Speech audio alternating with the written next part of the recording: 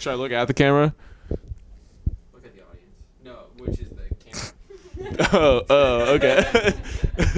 Today is April 6th, 2018. Welcome to the Columbo Show. Today, we've got our guest, Matt Freely. Matt, say hello. Hello, my name is Matt Ferda. That's what I said. Should I start this over? But I'm living freely, and I knew it was an F. it is an F. So you should have gone with Matt F. Take your shirt off, boy. Get that on the jacket on you. I like to role play. It's gonna turn out awful, dude. Oh, you're in it too. I'm alone out here. So you came all the way from Maryland to be here today, right? Is that something you do all the time for random internet shows? I get a lot of people asking me like, "Hey, come to Cincinnati or come to Cleveland for random internet shows," but I typically hold out for Columbus, Ohio. Columbus only. Yeah, Columbus only. And this also happens to be the first one. So Maryland is a big place, right? But you're from the D.C. area, if I'm not mistaken. You work there too, or you just hang out there? So I work in Frederick, Maryland, and which is about 2 hours away from D.C., maybe an hour and a half, no traffic. I do hang out in D.C. a lot. You know, the reason for that is my girlfriend, Helen Marsh, lives in D.C., so mostly I kind of set that up.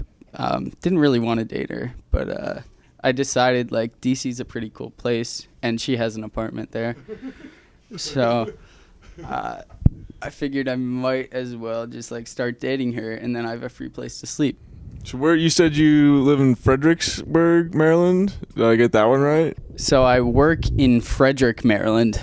I live in Durwood, Maryland, which is this very small, like 1 or 2 mile stretch of land. But yes, I live with my mom.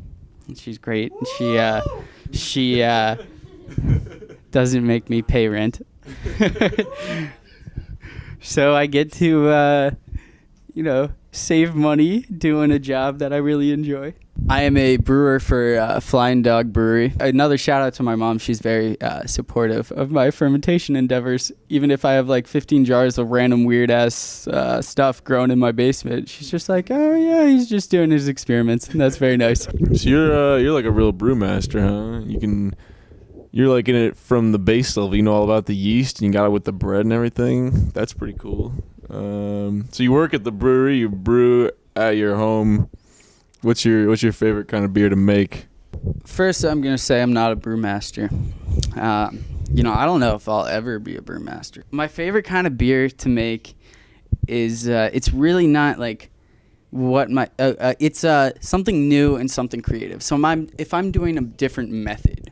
So if for example, New England IPA, for the first time I make a New England IPA, I've never dry hopped during fermentation. Or if I'm making a saison, and for the first time I decide I'm gonna like do a real saison and do a mixed fermentation with multiple different yeast strains and throw bacteria in there.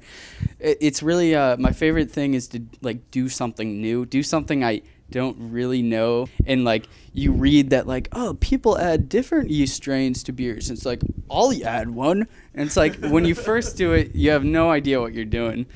But then you try it and you're like, oh, this is actually what those people on those online forums are talking about, what those old, probably 60-year-old white guys are talking about. And I'm like, hey, guys. So, since, you're such the expert on brewing here, we were thinking maybe you'd give some tips for how to get started. So we got an amateur beer making kit here. And we're hoping to do a little unboxing. Yeah. All right.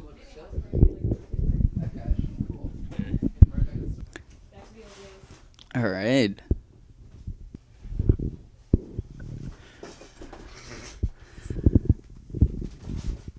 All right. So, I don't think I've ever seen this kit. It's not your generic Mr. Beer kit, but I just recently went to this brewing conference. It was the 2018 Eastern Technical Conference, and I asked these guys. Everyone was a little older than me. Probably like the closest person I asked was probably 5 years older than me. But I asked these guys, which I really like to ask, is how you got into brewing. And it's so widely ranged of like, oh, well, I needed a job and I got a job, and now I love it, to like, oh man, I knew I wanted to do it since I was, 4 years old and alcoholic. But I've heard multiple stories of people going, yeah, my girlfriend's mom got me a Mr. Beer kit, and I made it, and I was like, yeah, this is cool. I want to do it again. So I do get excited by these things, although they're totally a scheme and they take your money. So we're opening up the package, and first thing we pull out, we have an airlock. Okay. All right. This is a 3-piece airlock. Then we have 2 more parts in here, and this looks like a more fancy airlock cap. I've never seen it before. This right here looks like a hose clamp where you hook a hose on, you squeeze it tight, and it seals it to whatever it's attached to. And this Probably goes in the end of the hose. Is a rubber stopper for something. Let's get some styrofoam out of the way. Right here, I know exactly what this is. Oh, we have a hydrometer here. No, this is a thermometer. Oh, this is a good thermometer, actually. How hot do you think it is in here? Like 69 degrees. What is it? It's 72. So now we have a jug. Now I have about 6 of these jugs, and I've gotten them all for between $1 and $2 at the thrift store. Really? Oh yeah, these jugs are everywhere at the thrift store because I'm pretty sure every guy's wife is like, oh, he likes beer, he drinks beer. He'll love making it. I'll get him the Mr. Beer kit for Christmas or his birthday. And the guy is like, oh yeah, I tried to make it today, but it, fell apart. It was crazy. And then he donates it to the thrift store. And then we have some tubing, which is probably hooks up to this right here. And here, why don't you hold these up? And so this tubing, my guess is it attaches right in there. It probably does. Usually you have to heat your tubing in hot water. This is a brewing pro tip right here. Heat your tubing in hot water. Just let it sit there. Be a little patient. And then you can snug it right on to your other stuff that you're trying to attach it to. Yeah, all right, exactly what I thought it was. So this big package right here, it's our dry malt extract. Does it say what kind of beer this is? It says it's a blonde ale. Okay. Because you wanted me to try and figure out what it is. So this is SO4. And I've used SO4, but I kind of threw it away into a batch because I was just like, I just want to ferment this stuff and then use it for something else. Not distillation, because distillation, making liquor in the United States is a felony. So if we do end up talking about that, all of it's hypothetical. I don't actually do it. It's just a topic I'm very interested in, and I like to role play as someone who distills. I really appreciate the explanation here. I think you've enlightened me. You've enlightened our audience. Yeah, so we're gonna clean up all this beer making stuff, and then we'll be back after a commercial break here. So a very high budget to pull the show. Lots of professional equipment, karate move right including now. drinks provided by him. I don't remember. I honestly don't remember the last thing we said. Cheers. Beauty ideals and values feel freer than they ever have in years. This is live. Yo, are you robbing me? I'll do anything for money. Floyd Mayweather, anyone. I'll fight somebody. I don't care. live. We're looking for money here, so that's what we're trying to do. Get paid. So we're back from the great commercial break, guys. We got our next guest coming on now. His name is Mikhail. Hi, thank you for having me. You're welcome. I brought some candles to let the place be a little more peaceful. Okay. You like candles, and you're a real peaceful guy, huh? Yes, sir. Have you always been a real peaceful guy? How did you get into the candle kick?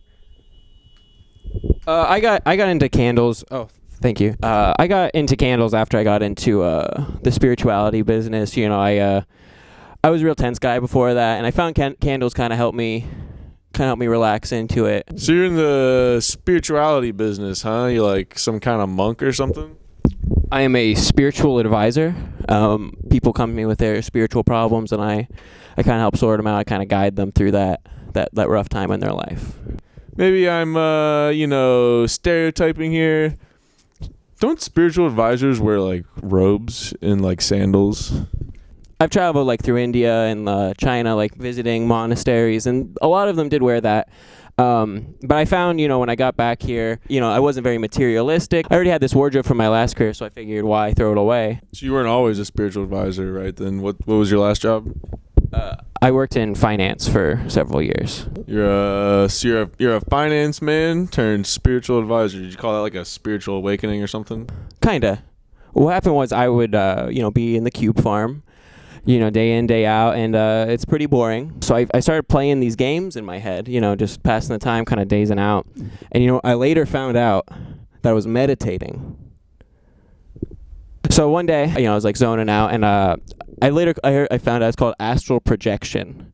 I just saw my body, and I was like floating above it, and I started floating out. I could see everything. It was like a big awakening for me. And when I just came back into my body, and I realized I had made a big fool of myself at the shareholder meeting. So I figured, my talents weren't being appreciated there, so I'd go somewhere where my talents were being appreciated. You probably shouldn't meditate at the shareholders meeting, if I had to guess. But I wanted to talk about candles, first of all, because you brought these candles in. And ever since junior year of college, so my roommate, Daryl Edwards, II, he was like, we should get some candles for the ladies. They'll smell good.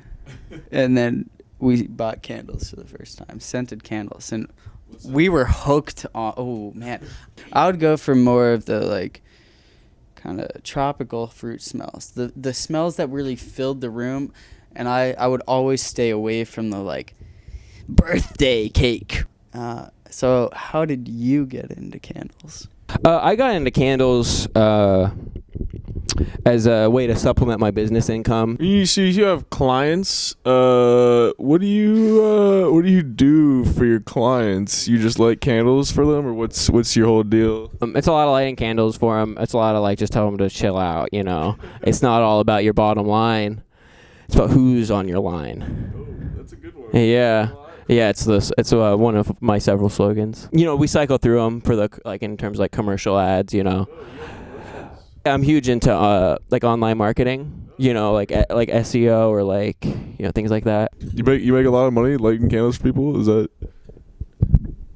No. Well, most of my money comes from the business consultation side of my business.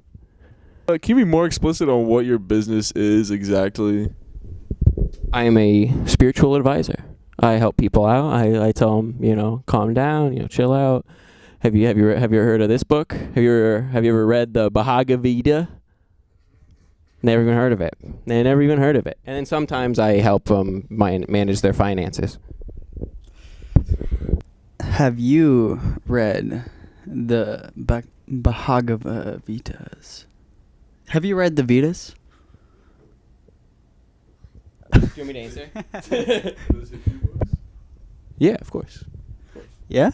Sweet. That's awesome.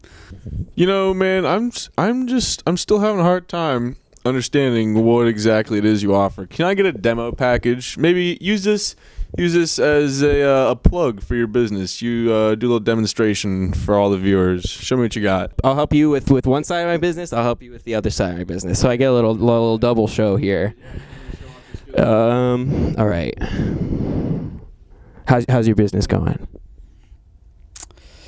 Every single weekend I think like, man, I should start a business. I really want to start a business. I have this, you asked a really loaded question there, so you probably didn't mean to. would love to start a business. I spent a lot of time in this place called Startup Village while I was in. Say no more. Say no more. I can help you already. First, what you got to do is you just got to go out there and do it, dude. Just do it. Just start a business. No, I try. I honestly, I ran a few ads with "Just Do It" as a slogan, and they were pretty fast taken down. Ready for your spiritual? Okay. I'm gonna hypnotize you. I'm gonna hypnotize you. It's yeah, it like helps you get into a little more relaxed. You kind of no, just yeah, you should take your shoes off. Yeah, go ahead, take your shoes off. You're gonna need those later. All right, so I'm gonna count to 10.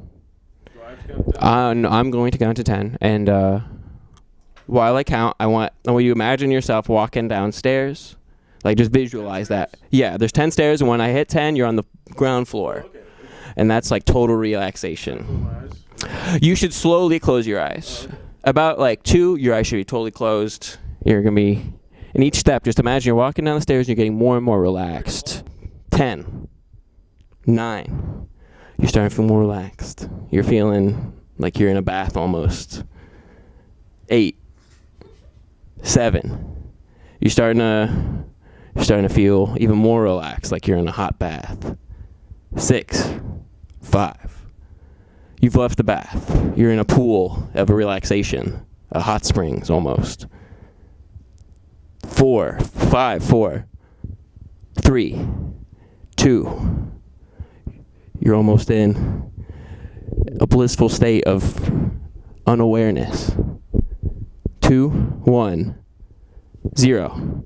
Okay, now when I snap my fingers, you're going to, what do you think I should do? Oh, you're in it too. I'm alone out here. When I snap my fingers, you're gonna feel like you're a woman, like the woman you've always wanted to be. And when I snap my fingers, you're gonna feel like you're on spring break. You're gonna feel like you're so amped up on the dream because it's spring break. All right. Okay, how do you guys feel? I don't feel any different. I feel pretty good. Okay, I mean I'm glad you feel good. It sometimes takes people a few sessions to get more relaxed and like okay with it. So I totally understand. We're in an interview setting. It's kind of hard. How do you feel?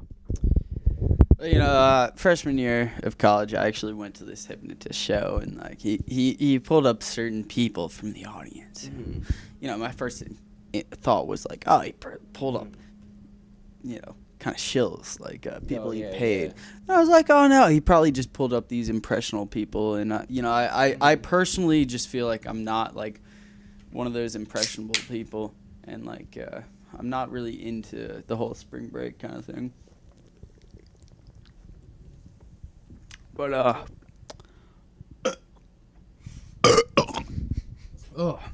anyway, I just think I'm like one of those people that can't really be hypnotized, and I'm not down to like do any kind of beach parties, man. Mm-hmm. You want a beer? Oh, I'm good. But I understand like the hypnotist kind of state, and I dig it. Yeah, I'm glad you guys at least feel relaxed. I'm sorry. I wish it worked better for you guys, but maybe I can give you some like vouchers to go see me or a little later. In the future you can come in my office and those will be a little better. Yeah, I'm ready to move on if you guys are. So my first question to you guys is, if you had $10,000 to spend today on one item, what would that $10,000 be spent on? So, for example, you want to buy 10,000 Big Macs. Big Mac is like $2. You're going to spend $5,000 on Big Macs today. What would you spend your money on? I would text one of those like text line charities where you like text a number and you donate like $25. I would do that up to $10,000. Yeah. Cabo. I'd fucking go to Mexico and I'd fucking party, like, blow all my money on shots. Be fucking sick, man. Yeah. It'd be crazy. We'd have like a fucking time of our lives, man. You know, I would spend my 10,000 on like 10,000 packs of gum, because as soon as you go into a room and you open a pack of gum, you open up the pack and everyone's like, "Can I get a piece? Can I get a piece?" And then everyone's your friend in the room, and I really, really want friends. So that's what I would do. That's great. I think both of you guys very selfless, giving for others, and also having a good time with others. It's good. You're good. It's good. I think you guys really benefited from this practice. You know. Okay, yeah. So if you have another question for me, we can go ahead and keep going. Just like strangely aware of my dick right now. I don't know. There's something up. How's it going, Matt? So we've got two businessmen on our set here now. Why don't you guys each plug your business for me? I'm sorry the hypnotism didn't go over perfectly well. It's a little hard in interview setting with these bright lights. You know, everyone's a little more tense. I understand. If you want to see me in person, you can. I'll be doing a exhibition tour. I'm going to be at the Staples Center April 15th, 2018. I'm going all the way to the East Coast. You can find all my dates on my website, michaelevich.com. Yeah, so first of all, this was an awesome interview, and I just love talking about myself. I have a couple things I'd like to plug. First of all, I work at Flying Dog. Flying Dog's an awesome company. They're located in Frederick, Maryland, and we brew good beer. I'd like to plug Casey Trees. I'm wearing a Casey Trees shirt right here. Casey Trees is a place in D.C., Washington, D.C., but who says it cannot expand beyond there? And they plant trees. Really, down and dirty, they plant trees. They do it the right way. They research the local trees. Well, you heard it here, straight from the horse's ass. This is the Columbo Show. Good night. This is Crocodile Dice. Does Flying Dog know you do crack? Next time I see you at the art pack, I'll say hey.